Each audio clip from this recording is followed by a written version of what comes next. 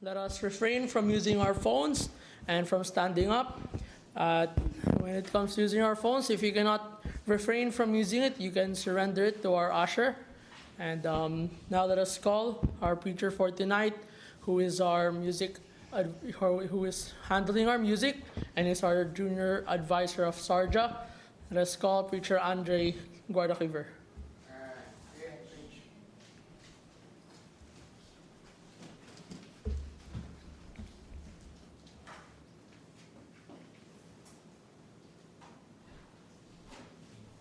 I want you to open your Bible in the book of Luke, chapter 19. Luke chapter 19, let us study the life of Zacchaeus.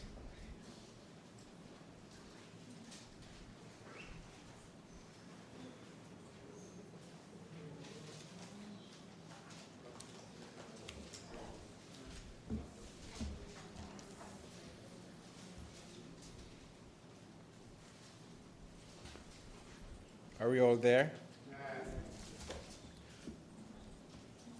I'll just read it. Just follow me with your eyes. I'll read verse 1 to verse 10. This is the story again, the encounter of Zacchaeus to the Lord Jesus Christ. Last week we studied about the noble man's 10 pounds from verse 11 to verse 27, I guess. And just have to go back few verses before that. And that is the story of Zacchaeus. Are we all there? Amen. All right, I'll read it. Just follow me with your eyes. The Bible said in Luke chapter 19, verse 1, "And Jesus entered and passed through Jericho. And behold, there was a man named Zacchaeus, which was a chief among the publicans, and he was rich. And he sought to see Jesus, who he was, and could not ford the press, because he was little of stature. And he ran before and climbed up into a sycamore tree to see him, for he was to pass that way. And when Jesus came to the place, he looked up and saw him, and said unto him, Zacchaeus, make haste and come down, for today I must abide at thy house." Verse 6, "And he made haste and came down and received him joyfully. And when they saw it, they all murmured, saying that he was gone to be guest with a man that is a sinner." Verse 8, "And Zacchaeus stood and said unto the Lord, Behold, Lord, the half of my goods I give to the poor. And if I have taken anything from any man by false accusation, I restore him fourfold. And Jesus said unto him, This day is salvation come to this house, for as much as he also is a son of Abraham. For the Son of Man is come to seek and to save that which was lost." Let's go to the Lord in prayer. Heavenly Father, thank you, dear Lord, for this evening. And we're here, oh God, once again. We want to study thy word, so we ask for your guidance, we ask for your presence, oh God. Let the Holy Spirit guide us into all truth. Remove everything that might hinder us from listening unto thy word. Give us a focused, sound mind, oh God, and a humble and teachable heart. Be in the midst of us. Let your glory shine upon us, and use me as a vessel, oh God, to share thy word. Not my wisdom, but the wisdom that comes from above. O God, gamitin mo po akong kasangkapan at ikaw po ang mapapurihan ngayong gabi. In Jesus' name we pray. Amen. Alright, so I believe tayo po ay narinig na po natin tong kwento ni Zacchaeus, ano? And the story of Zacchaeus is not just about a little man who climbed a tree. Zacchaeus is more than a story about the short man climbing a tree. It is a picture, actually, of the grace of God seeking sinners, changing hearts and restoring lives. In this passage, we see how the Lord Jesus pursues a man rejected by society and transform him completely. So makikita natin dito mga kapatid, actually, if you, I'll say this, the heart of this passage is in verse 10, where it says that, for the Son of Man is come to seek and to save that which was lost. So, unang-una, kailangan na-refresh na tayo ngayon kasi meron tayong nagpabaptize, and it should remind us the salvation na binigay sa atin at kung bakit ang Panginoong Jesucristo pinako sa cross at yun ay para sa ating mga kaligtasan. Amen? So, tayo po ay nagpabaptize para maging para sumunod sa unang first step of obedience natin. And again, kagaya ng sabi ni Pastor kanina, hindi tayo binaptize para maligtas. Kagaya ni Zacchaeus, hindi pa siya binabaptize dito, sinabihan niya siya ng Panginoon. Verse 9, sabi diyan, and Jesus said unto him, this day is salvation come to this house, for as much as he also is a son of Abraham. Think about it. Hindi pa po siya nababaptize, pero dineclare na ng Panginoon yung kaligtasan sa buhay niya.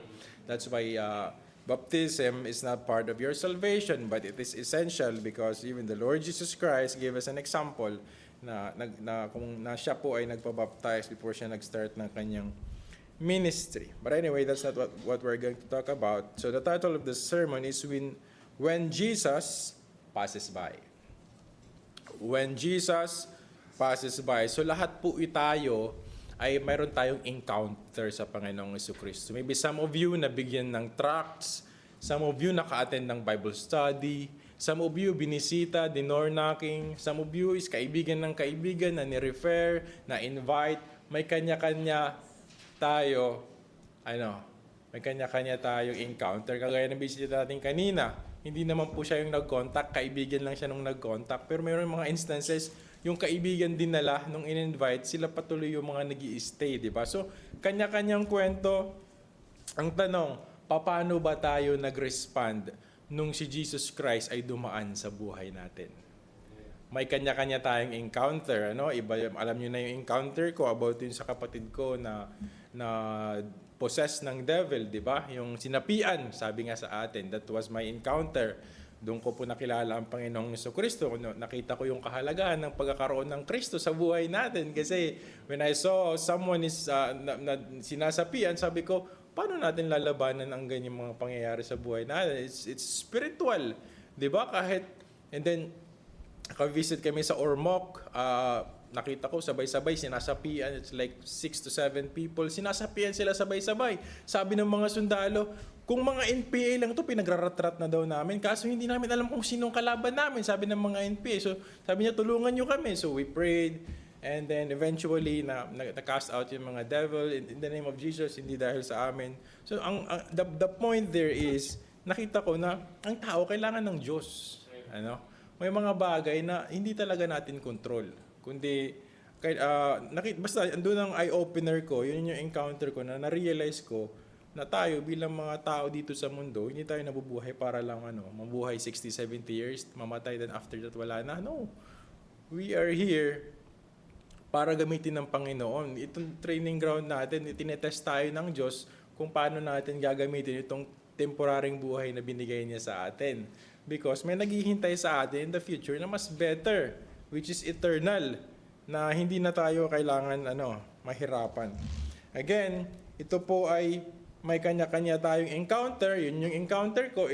Sa inyo, may kanya-kanya kayong encounter. So, paano ba tayo nag-respond nung ang Panginoong Jesucristo ay dumaan sa buhay natin? Yung iba, masaya nung una. After a few weeks, wala na sa simbahan. So, ganun ba tayo mag-respond? Sa salvation na binigay sa atin ng Panginoong Jesucristo. Kasi nakakalungkot, May mga Kristiyano na naligtas pagkatapos nung nagkatrabaho, hindi na makita sa simbahan. Ganun ba tayo mag-respond? Tingnan niyo si Zacchaeus. Makikita natin yung buhay ni Zacchaeus kung paano po siya nag-respond. Now, the first point here is, your desires direct your spiritual future. your desires direct your spiritual purpose, future. Alam mo yung kagandahan sa ating pagiging mga Kristiyano, mga kapatid, kasi pag nandun na yung desire, sabi nga sa Bible, if there will be first a willing mind, di ba?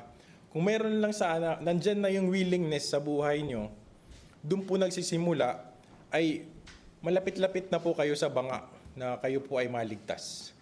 Kasi ang sabi ng Biblia, draw nigh to me and He will draw nigh to you, di ba? Pag lumapit daw tayo sa Diyos, siya po ay lalapit sa atin. At ito ay nangyari kay Zacchaeus. Nagkaroon siya ng desire. Desire pa lang yun. Pero anong ginawa ng Diyos? Alam na ng Lord yung kanyang desire, Diyos na mismo ang lumapit sa kanya. Kanya-kanya tayo. Ako nga, hindi ako totally talagang pumunta sa church eh. Pero may desire ako that time na maglingkod. Napupunta ako sa Santo Niño Church every Friday para mag-pray. Especially yung pag-aaral ko na wala akong maging bagsak. Naging regular. Gusto ko kasi maging regular akong student hanggang sa pag-graduate. Kasi mahirap lang po kami. Ang tatay ko, janitor lang. Sabi ko, I don't have that money para magkabagsak-bagsak.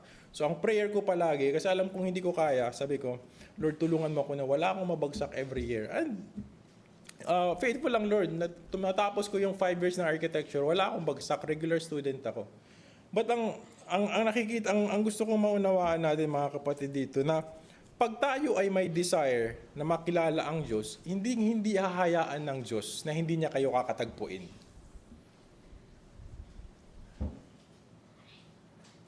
Pag tunay tayong nagdi-desire na makilala ang Diyos, hindi niya hahayaan na hindi niya kayo kakatagpuin. Ito po ay nangyari kay Zacchaeus. Minsan, 'di ba sa mundo, walang result kung wala ka munang gagawin. Ang kagandahan sa ating mga Kristiyano, pag nandiyan na yung desire, tutulungan ka ng Lord na may mangyari. Okay? Kasi alam ng Diyos hindi mo kaya eh. Pero ipakita mo sa Diyos na willing ka.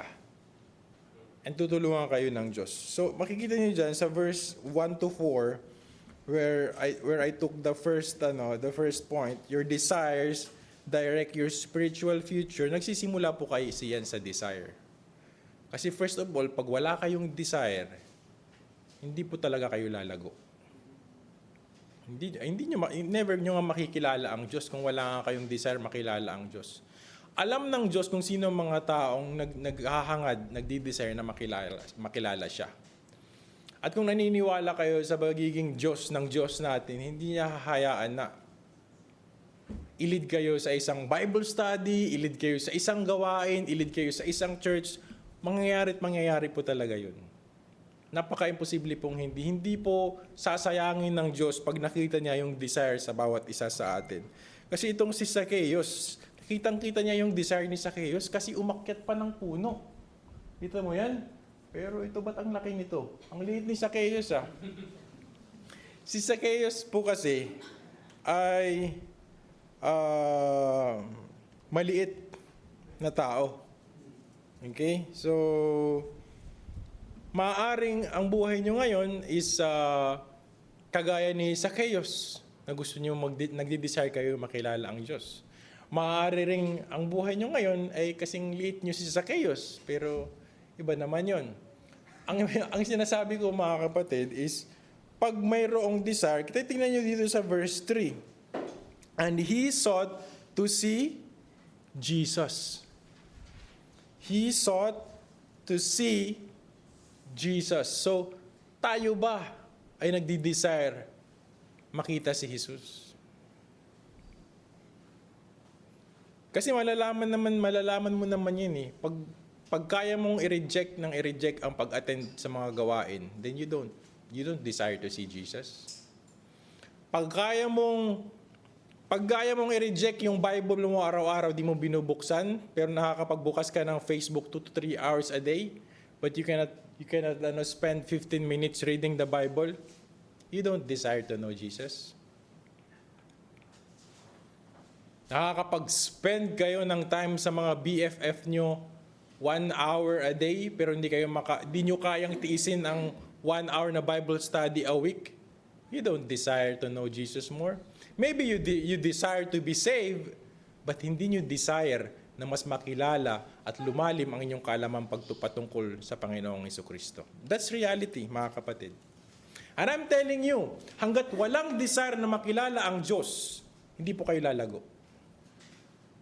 Lilipas 1 year, 2 years, 10 years kayong umaattend, walang paglalim ang inyong pagkilala sa Diyos. And I'm not saying you're not saved. Maybe it's still there. Gusto ko maligtas. In fact, you're already saved. Pero walang paglago. Walang progress. Walang desire na parang, alam mo yun, walang apoy sa puso nyo na mas lumalim ang pagkilala nyo sa Diyos. So nagsisimula po yan. Kasi yung desire nyo, yun yung magdidikta ng future nyo. And it applies not only in spiritual, even sa ating physical, sa trabaho. Ano ba ang desire nyo sa mga trabaho nyo? Maging forever lang na maging team member? Part of the tail, not part of the head? It will reflect ano ba ang desire nyo sa buhay nyo. Okay na ba kayo sa pagkilala nyo ngayon kay Kristo? Ayaw nyo nang mas malaman? Kasi mga kapatid, kung mahal nyo ang Diyos, kagaya ng pagmamahal nyo sa mga partner nyo, di ba pag mahal nyo yung partner nyo, inaalam nyo kung anong mga ayaw niya. Di ba? Ayaw nga niya ng paksiw, luto ka ng luto ng paksiw. Di ba? Ayaw nga niya ng ayaw niya ng half-cook na itlog, palagi namang half-cook yung luto mo. Ganon din sa Diyos. Pag mahal mo ang Diyos, aalamin mo kung anong mga ayaw niya at gusto niya. That's why you read your Bible. Ayaw pala ni Diyos, ayaw pala ng Lord, ayaw pala ng Diyos na magsinungaling ako. Ayaw pala ng Diyos maging unfaithful ako sa aking asawa. Ayaw pala ng Diyos na I watch pornography. Ayaw pala ng Diyos ng ganito, ng ganyan. Then slowly, iniiwasan mo yung kasi alam mo, hindi nakakalugod sa Diyos. And that's why we're here. That's why nagpapatuloy tayo sa gawain, doon lumalalim ang pagkilala mo sa Diyos. So your desires directs your future spiritually, physically, emotionally, mentally. O stable na kayo, gusto ko ganito lang ako hanggang kunin ako ni Kristo ganito, okay na ako dito. 'Di ba? So mga kapatid, you examine yourselves. May desire ba sa akin? And I appreciate those people na from Dubai pa, from malalayo pang lugar, kahit wala silang pamasahe papunta dito, nagdi-desire talaga sila na masundo sila, maka-attend sila. That's the desire. Amen. It always started with that. At do you think palagi kayong hahayaan ng Diyos na ganyan lang kayo? Kung talagang mayroong desire? I started with that. Desire lang na maka-attend. I only have 1 day off before. And I desire to be in the church on that whole day na 1 day off ko. That was Friday yung off before. And now, binigyan ako ng Lord ng sasakyan. So, nakakapag-drive na ako with my family. But it started with the desire na mapunta sa simbahan, na makadalo. Diba? So, your desire will direct your future, mga kapatid. Zacchaeus was a chief publican. He was rich, mga kapatid. Hated by society. Kasi parang si Martin Romualdez to eh. Mayaman, pero hated. Kasi alam nilang corrupt. Before, mga publicans, alam nila talaga yan. Ang pagkakakilala nila sa mga publicans, corrupt yan. Kasi tax collector yan eh.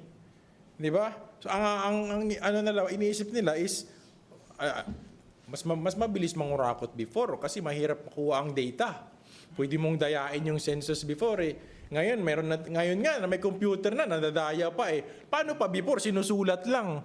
O nagbigay ng mga tax. Pwede man lang yung i-edit ni Zacchaeus, kunwari, ang tax nito, 5 dirham, ilagay niya doon, 1 dirham lang, di ba? Sino mag-account nun? Sino makakalaman nun? Unless ipa-survey niya uli. So, ang bilis lang mangurakot before. So, ang tingin talaga nila sa mga publican is mga corrupt. Di ba? Iba lang yung mga corrupt ngayon, mas modern lang sila. Though, he was wealthy, mga kapatid. He was wealthy outwardly, he was empty inward. Di ba? Many people today are like Zacchaeus, mga kapatid. Maraming mga kagaya ni Zacchaeus. Again, Zacchaeus in a sense na maliit ka, para kang si Zacchaeus, meron din ang buhay mo parang si Zacchaeus. Means, successful ka, but restless. Wealthy ka, but without peace. Tingnan mo si Saldico, walang peace. Kahit daming pera, walang peace. Kahit walang nagpapakanta sa kanya, kumanta na kasi walang peace. Di ba? Religious but far from God. The Bible says, brethren, for what shall it profit a man if he shall gain the whole world and lose his own soul? Di ba maririnig nyo yan sa mga testimony dyan sa mga Facebook, mga interview nila Tony Gonzaga, 700 Club. Pag may mga mayayaman, kagaya ni Piolo Pascual, nung in-interview siya, may kulang daw sa kanya. Milyon na daw yung kinikita niya. 20 years old pa lang siya, pero may kulang siya. May kulang daw. Yun yung peace. Hindi nila kasi ang pera kikitain mo eh. Pero yung peace, hindi. Sin may fill your pocket. Money may fill your pocket, brethren. But only Christ can fill your heart. Wala na makakapagpuno dun. Kahit yung forever mo, hindi kayang punuin yun. Iiyak ka na lang pag iniwanan ka. Aray ko. Di ba? Hindi kayang punuin ng kayamanan ng mundong to ang mga puso natin. Diyos lang. And that's what we call the peace that passeth all understanding. That's the Holy Spirit actually. That He promised in Ephesians 1:13 na pag kayo po ay tumanggap, kayo po ay sisilyuhan ng banal na Espiritu. Zacchaeus has one good desire. Yun lang kagandahan kay Zacchaeus. Kasi though makasalanan siya, rejected siya, pero may maganda siyang desire. Anong desire niya? Ang desire niya is he sought to see Jesus, sabi dyan sa verse 3. So, yung desire niya, changes everything ng buhay niya. Kaya sinasabi ko sa inyo mga kapatid ngayon, yung desire nyo ngayon, maaaring magbago ng buhay nyo. Ano bang desire nyo kasi? Mga juniors, anong desire nyo? Maging kidnapper? Maging holdupper? Anong desire nyo? Kasi yung desire nyo yung magdidictate ng future nyo. Si Andre, desire niya maging music minister, maging dalubhasa sa pagdating sa musika. Ayun na magdidikta ng kanyang future. Hindi na ako magugulat pag nakita natin si Andre sa teatro, di ba? Tumutugtog o naglilid ng isang orchestra. Di ba? Hindi na tayo magtataka yun kasi yun ang desire niya eh. Ano bang desire niyo? Gusto niyo bang maging gangster? Astig na gangster, yung bang desire niyo? Ha? So your desire ang magdidikta ng inyong mga future. Kung gusto niyo maging makadiyos, edi i-desire niyo maging makadiyos. Kasi again, hindi kayo hahayaan ng Diyos na, hayaan mo yan, kahit mag-desire, hayaan mo siya, makilala niya ako. No, hindi ganun eh. Ang pangako ng Panginoon, pag tayo dahil lumapit sa Kanya, siya ilalapit sa atin. So, gagamit yan ng tao kasi magugulat naman kayo pag ang Lord lumabas yung kamay galing sa langit, di ba? Para kunin kayo. Di natakot kayo. Gagamit yan ng tao ang Diyos. Gagamit ng pastor, gagamit yan ng neighbor mo, office mate mo, para ma-invite ka. Kaya huwag ka na magtaka kung nandito ka ngayon. It's because God appointed this time, this day, para mas makilala mo siya. Kasi alam ng Diyos na may mga desire dyan sa puso nyo. At gusto ng Diyos lumago yan. Kaya huwag kayong magpapadala sa mga gamit ni Satanas dyan sa labas na magdidistract sa inyo, magpatuloy na makilala siya. And darating tayo dyan, yung mga bagong baptize, darating kayo dyan na i-distract kayo ng diablo, padi-discourage kayo, palagi yung iisipin, ang ating standard ay Biblia. May mga tao kayong nakikita dito, hindi po yan mga perfect. May nakita kayo dyan na, ba't si sister ganun? Ba't ganun si brother? Ang palagi niyo pong iisipin, ang ating pong standard, Biblia. Okay? Kasi pag Biblia ang inyong tinitingnan na standard, kahit nakita niyo na yung mga kapatiran dyan na mayroong silang hindi kasi sila mga perpekto, may mga pagkakamali sila, at least makakapagpatuloy ka. Iba sa atin, i-discourage agad kayo ng diablo. Huwag ka na dyan, nakita mo dyan, mga tao dyan, ang tataba ka rin. Diba? So, huwag kayong magpa-discourage. Magpatuloy tayo sa ating pagkilala sa Diyos. Point number 2, Christ seeks and saves the lost. So, sabi sa verse 5, and when Jesus came to the place, he looked up and saw him and said unto him, Zacchaeus, make haste and come down, for today I must abide at thine house. Nakita nyo dyan? May napansin kayo, kilala agad siya ng Diyos. Di pa nga sila nagpapakilala, kilala na agad siya ng Diyos. Kasi sinasabi ko sa inyo, desire nyo pa lang, alam na ng Diyos. Kilala na agad kayo ng Diyos kasi pag magkaroon kayo ng desire makilala siya, lalapit ang Diyos sa inyo. Jesus knew His name. Jesus knew His condition. Alam ng Diyos kung nasaan siya. Walang kailangan magsabi sa Panginoong Jesucristo, Lord, Jesus Christ, mayroon tao doon naghihintay sa'yo. Wala. Alam ng Lord kung nasaan ka kasi nakikita ng Diyos ang mga puso natin isa-isa. Alam, sa dinami-dami ng tao dyan, alam niya kung nasaan yung may taong nagde-desire na makilala siya. Ganun po tayo kakatagpuin ng Diyos. Jesus came for him personally. So may kanya-kanya tayong magiging encounter sa Diyos. Zacchaeus was seeking Jesus, but in reality, Jesus was already seeking Zacchaeus. Akala niya, naghahanap lang siya sa Panginoong Jesucristo, pero actually, hinahanap na talaga siya ng Diyos. At bawat isa sa atin may divine appointment sa Diyos. May balang araw kakatagpuin kayo ng Diyos. At may mga encounter, mga kapatid, na minsan, ito yung makakalungkot, no? Kasi may mga encounter tayo sa Diyos na minsan kailangan pang umabot na nandun ka na sa higaan, may cancer ka na bago ka katagpuin ng Diyos. Bago mo matanggap ang Panginoong Jesucristo.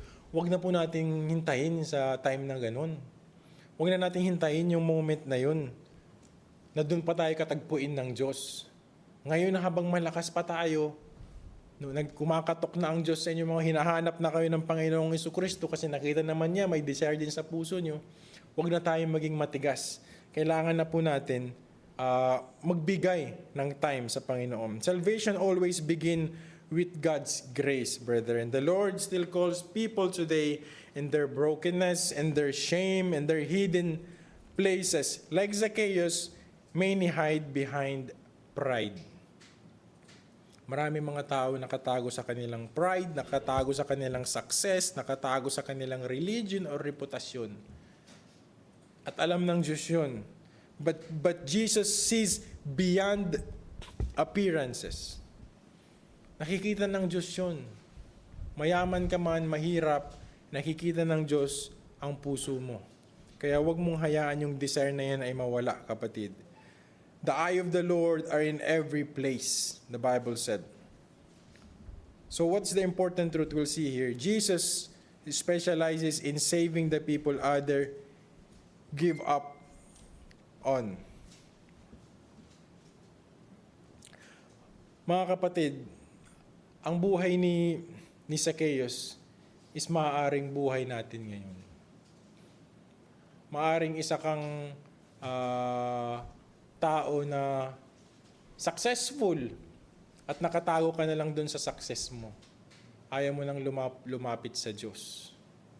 So, I think lahat naman tayo dito ay wala naman dito sa atin siguro mga senador, wala naman dito siguro sa ating although mayroon dito mga may-ari ng kumpanya, hindi nyo lang halata.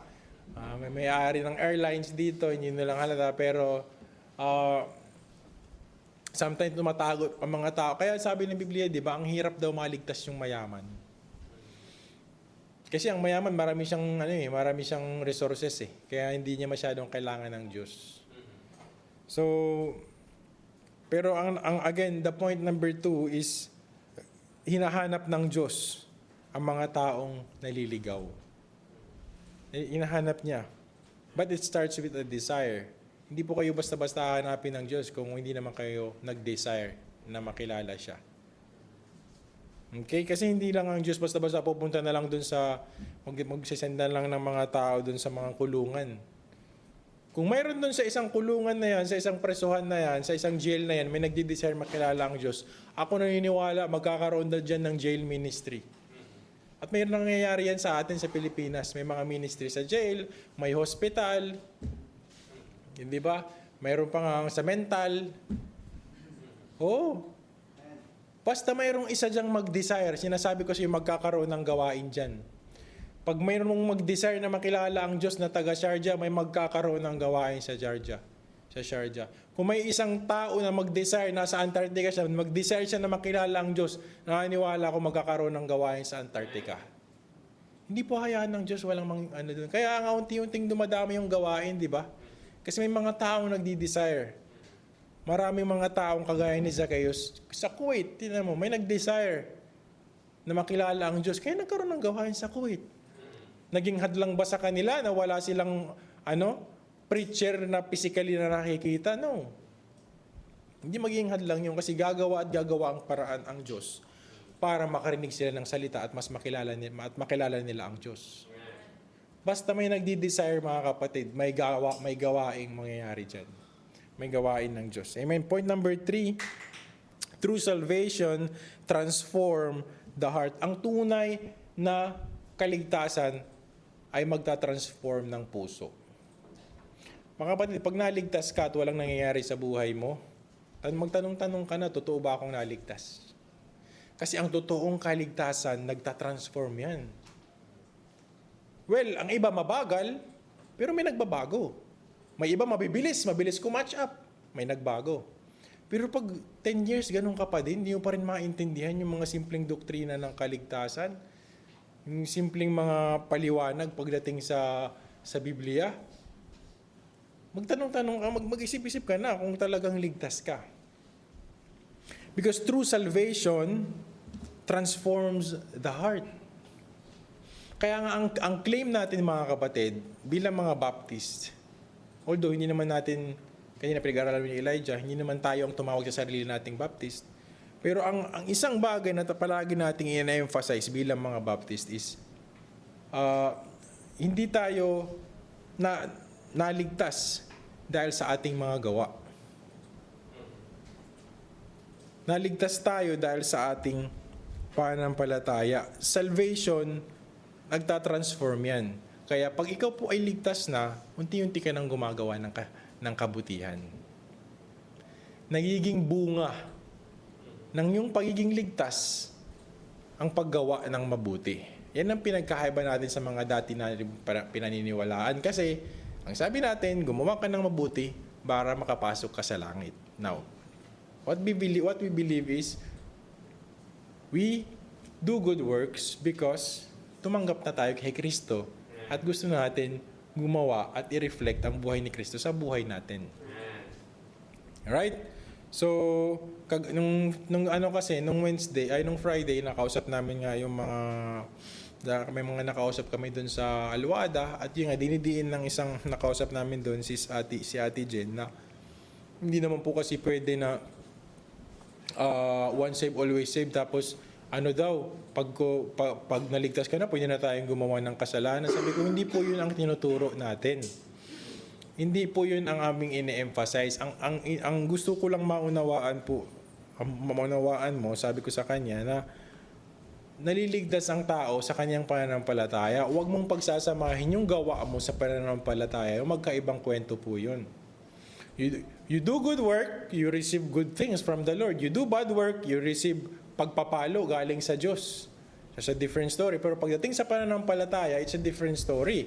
Pag nanampalataya ka kay Kristo, kakaroon ka ng kaligtasan. Pero kung pinapanampalatayaan mo ay si Buddha or sino mga maliliit dyan na mga santo-santo, doon ka maghihintay sa kanya ng resulta pagdating ng pagkamatay mo, hindi kay Kristo. So kung saan mo nilagay yung faith mo, ibig sabihin, doon ka nananampalataya. Tayo, saan natin nilagay yung faith natin? Kay Kristo, di ba? So doon tayo naghihintay na si Kristo pag tayo ay namatay, ay dadalhin tayo sa langit. We believe that Jesus Christ, actually, we believe na siya po ay nagbayad na. Bayad na nga daw eh. Ligtas ka na daw, ligtas. Hindi ka palang maliligtas ha. Magkaiba yun sa maliligtas ka pa lang. Saka, kasi ito yung nagiging mix, nagkakaroon po kasi ng misunderstanding sa ibang mga denomination. Sabi, akala kasi nila, pag po kayo ay tumanggap kay Kristo, ay maliligtas pa lang kayo. Kaya gumagawa kayo ng mabuti kasi baka mawala yung kaligtasan niyo. Bumalik ang Panginoon si Kristo, di kayo maligtas. Which is wrong. Nung tumanggap kayo, ligtas na kayo. Kaya nga palagi natin example, di ba? No one can pluck you out of my hand, sabi ng Biblia, di ba? Pag humawak ka kay Kristo, hahawakan ka daw niya. Eh ngayon napagod ka. Ayoko na, discouraged na ako mag-church. O, hindi ka naligtas? Do you think makakatakas ka? Hindi na. Kasi wala na daw makakapag-pluck sa'yo. Kahit bumitaw ka pa kay Kristo, hawak ka na niya. Amen. Pag anak ka na ni Kristo, anak ka na ni Kristo, di ba? Kahit lumayas ka pa, ang anak ko, pag pinalo ko yan, tapos lumayas, mawawala ba apelido ko dyan? Hindi mo lang makakapagbago niyan. Papaluin ka lang. Kaya nga may mga taong nagkakasakit. May mga taong nawawalan ng trabaho. May mga taong may napapariwara yung buhay. Worst case scenario, magang namamatay. Kasi nagpapasaway sa Diyos. Pinapalo ng Diyos. Pero hindi nawawala yung kaligtasan sa kanila. Kaya again, we will go back to the right desire. Kailangan meron tayong desire at alagaan nyo yung desire nyo na yan. Huwag nyong hayaan na ang dyablo ay kunin sa inyo ang desire na yan na makilala ang Diyos. At mas makilala kasi unlimited po yan. Hindi po mauubos yan na kaalaman patungkol kay Kristo. Okay, point number 4. Salvation brings restoration. Salvation brings restoration. Sabi dyan sa verse 9, ano sabi dyan? And Jesus said unto him, This day is salvation come to this house, for as much as he also is a son of Abraham. So, salvation came not only to Zacchaeus personally, but blessing entered his home, mga kapatid. Yung broken lives, broken relationship, broken purpose bilang isang Israelite, ito po ay na-restore. When Jesus enters a life, everything changes.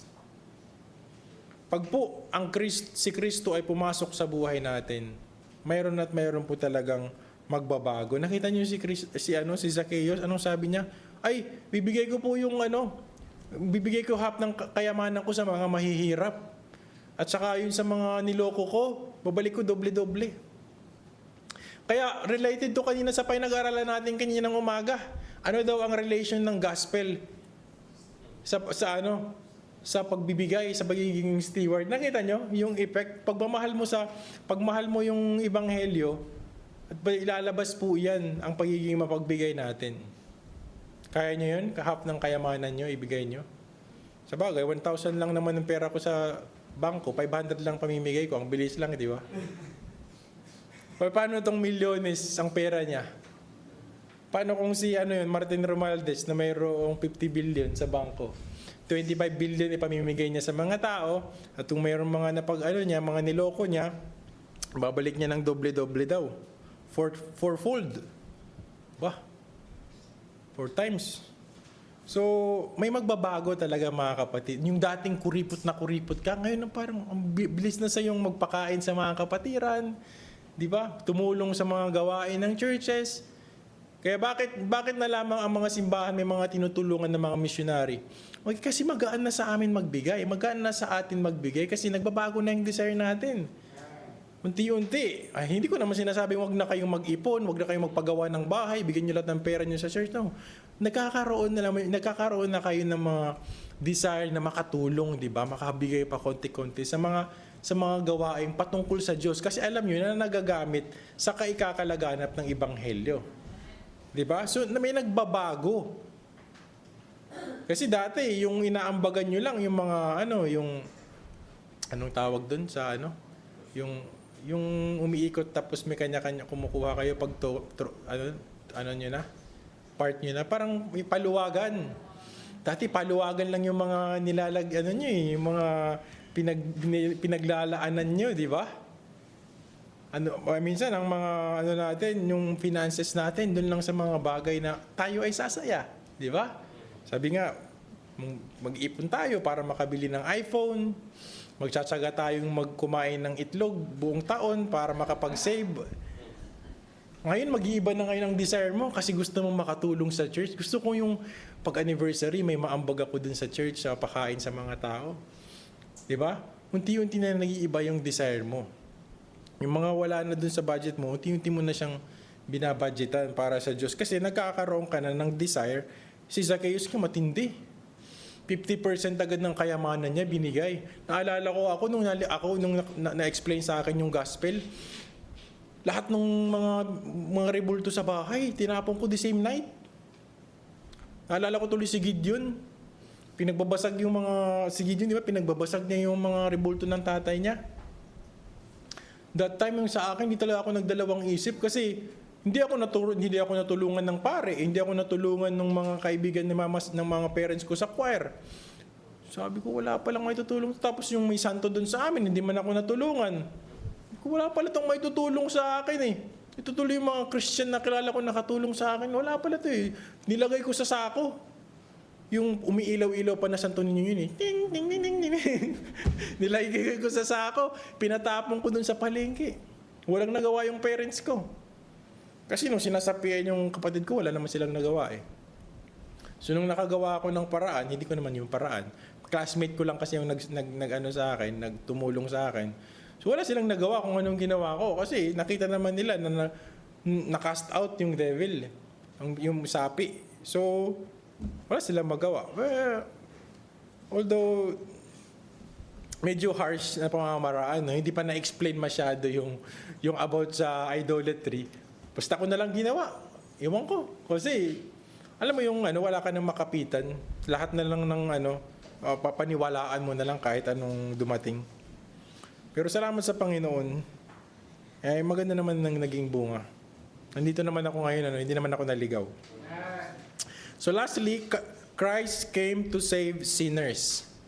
Christ came to save sinners, which is the last verse, for the Son of Man is come to seek and to save that which was lost. This verse is the climax of the passage. Ito nga yung heart of the passage. For the Son of Man is come to seek and to save that which was lost. So, huwag kayong mag-alala. Kung makasalanan kayo, lahat po tayo makasalanan. Actually, kaya po ang Diyos pinako sa krus ng Kalbaryo para po lahat tayo ay maligtas. Lahat po tayo makasalanan. Kaya nga po sa sa soul winning, ini-explain natin na lahat po naman tayo ay walang exempted. For all have sinned and come short to the glory of God. Kaya si Kristo ay pinako sa krus para sa ating mga kasalanan. Jesus did not come merely to teach, Jesus did not come merely to teach morality, to perform miracles, to impress religious people. He came to save sinners. Hindi po siya kaya nga po kung mapapansin niyo ang Panginoong Jesucristo nung bumaba po siya, hindi siya katawang hari. Sasabsaban siya, di ba? Sinilang. Hindi po siya bumaba dito para magpa-impress sa atin, no? Nandito siya para maligtas yung mga normal na tao kagaya natin. So, no one is beyond the reach of God's grace. Kahit gaano pa kalalim yung kasalanan mo, kapatid, kaya ka pa rin iligtas ng Diyos. Ang tanong, willing ka ba? Ang tanong, may desire ba sa iyong puso na makilala ang Diyos? For whosoever shall call upon the name of the Lord shall be saved, sabi ng Biblia. Kung sino daw ang tumawag sa Kanya, ay maliligtas. Pero again, take note the word, call upon the name of the Lord. Nandun yung desire na tawagin siya. Nandun ang desire na makilala siya. Kasi hindi po darating yan sa buhay natin ng kusa kung wala man sa puso nating gusto natin siya makilala. The question is not whether Jesus is seeking, the question is whether we will respond like Zacchaeus. Back to our title, ano sabi sa title? Ano sabi ko kanina? When Jesus passes by, magre-respond ba tayo kagaya ni Zacchaeus? Eager ba tayo kagaya ni Zacchaeus na kaya natin umakyat ng puno para lang makilala, makita ang Diyos, masulyapan ang Diyos? Ang problema nga sa atin, minsan susunduin na nga, ay ayaw pang umattend. Si Zacchaeus umakyat pa ng puno para lang makita.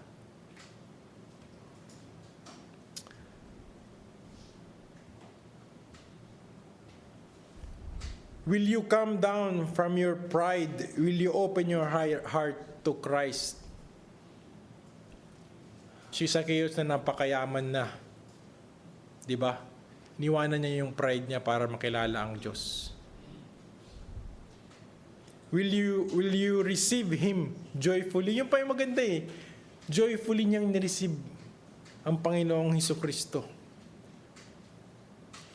At maaaring hindi tayo pare-pareho ng pagka-encounter sa Panginoong Hesukristo. May sa inyo is, alam mo yun, invite lang, then later on na-realize nyo, tama pala itong ina-attendan ko. Meron yung iba is talagang nag-desire na makilala ang Diyos.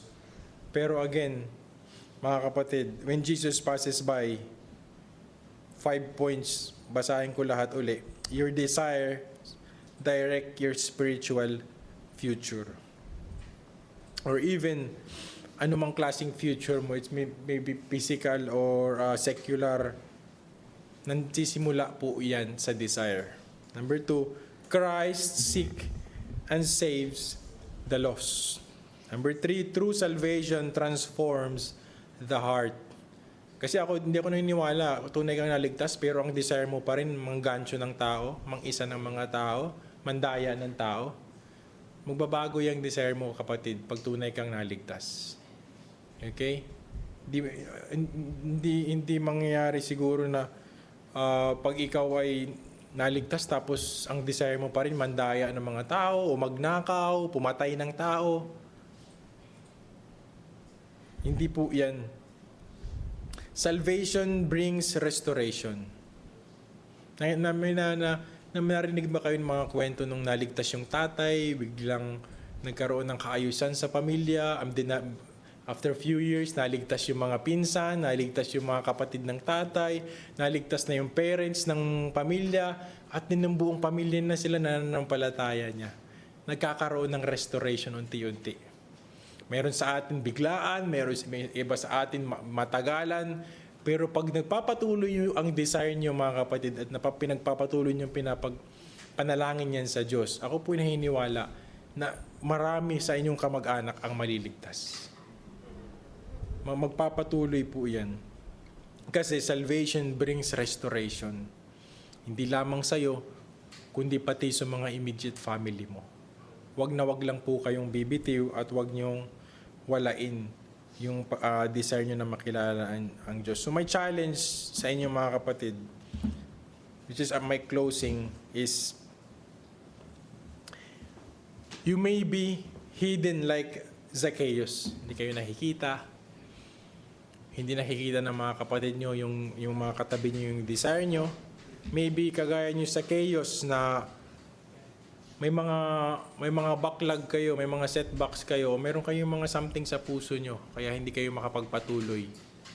Maaring mga kagaya ni si Zacchaeus na ginajudge ng tao, maaring kagaya ni si Zacchaeus na, alam mo yun, dating talagang yung kasalanan niya ay lagpas-lagpas na sa langit. Maaring kagaya ni si Zacchaeus na searching for meaning. May mga hinahanap sa buhay niya. Isa lang sasabihin ko sa inyo, mga kapatid, Jesus knows your name. Kilala ng Diyos ang pangalan niyo. Kaya yung nakita niya si Zacchaeus, alam niya agad ang pangalan, Zacchaeus, bumaba ka dyan.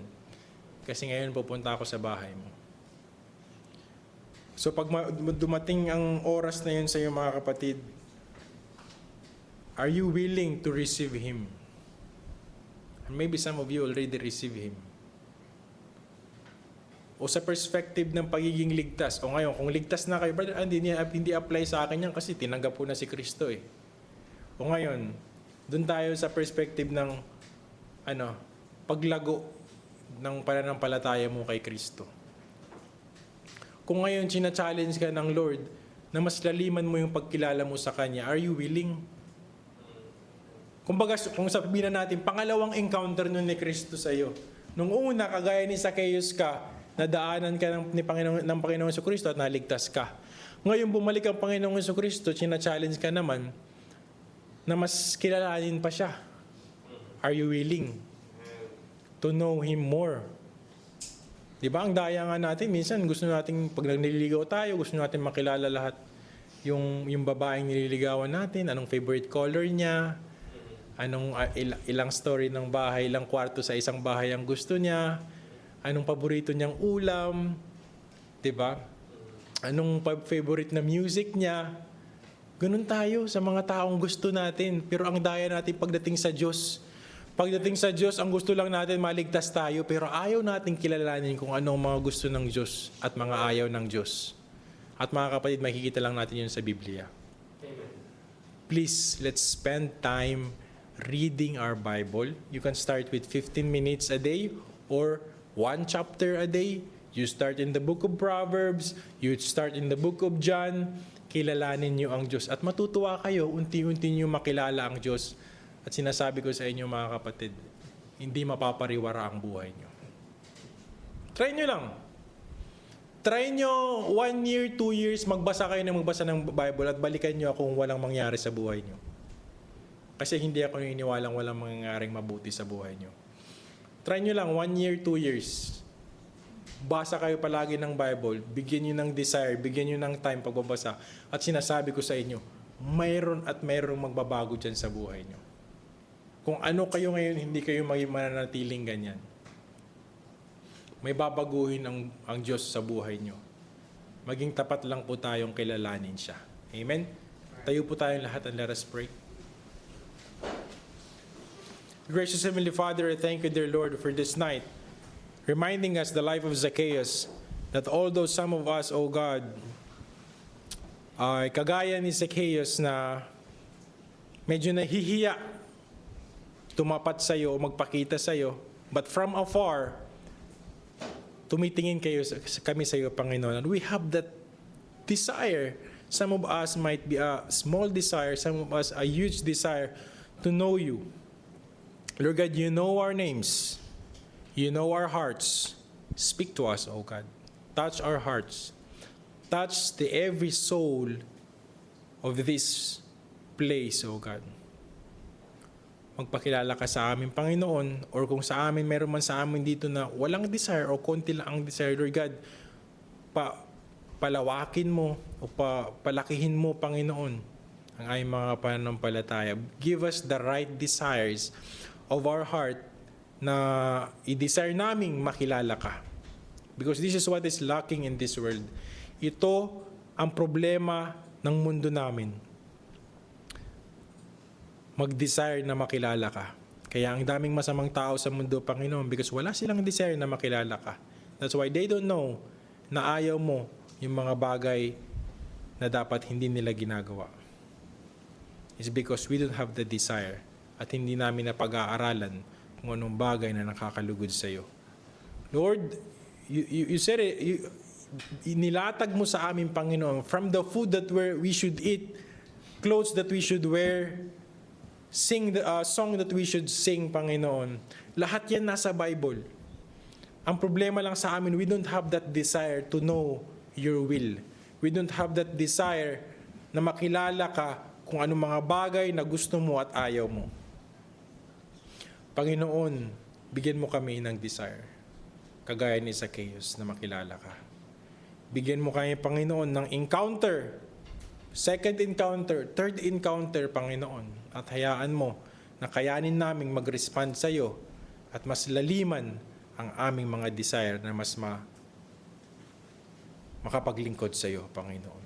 O God, ikaw po ang mapapurihan, ikaw po ang maparangalan, at ikaw po ang maitaas sa buong araw na to. Ito po ang aming samo at dalangin sa pangalan ni Jesus. Amen. You may all be seated.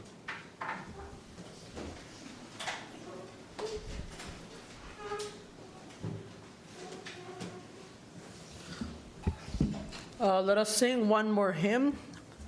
Please open our hymnal books to hymn number 76.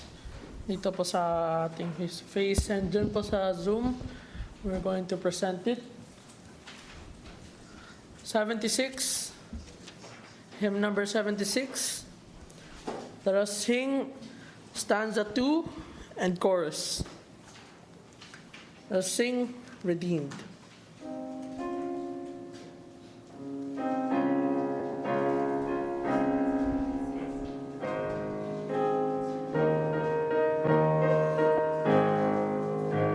Redeemed and so happy in Jesus, no language my rapture can tell.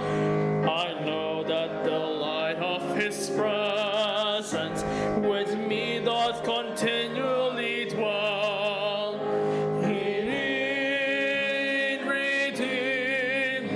Redeemed by the blood of the Lamb. Redeemed, this child and forever I am. Let's pray.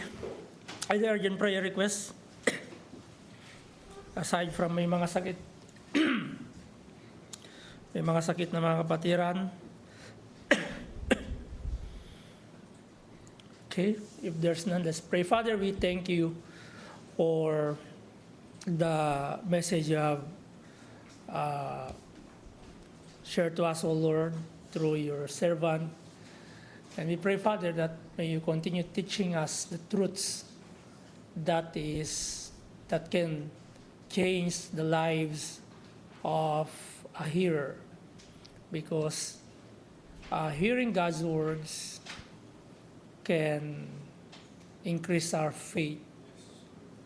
Reading God's words increase our faith. Reading God's words is getting to know you more. And we pray, Father, that may you continue sustaining us by grace, by your grace.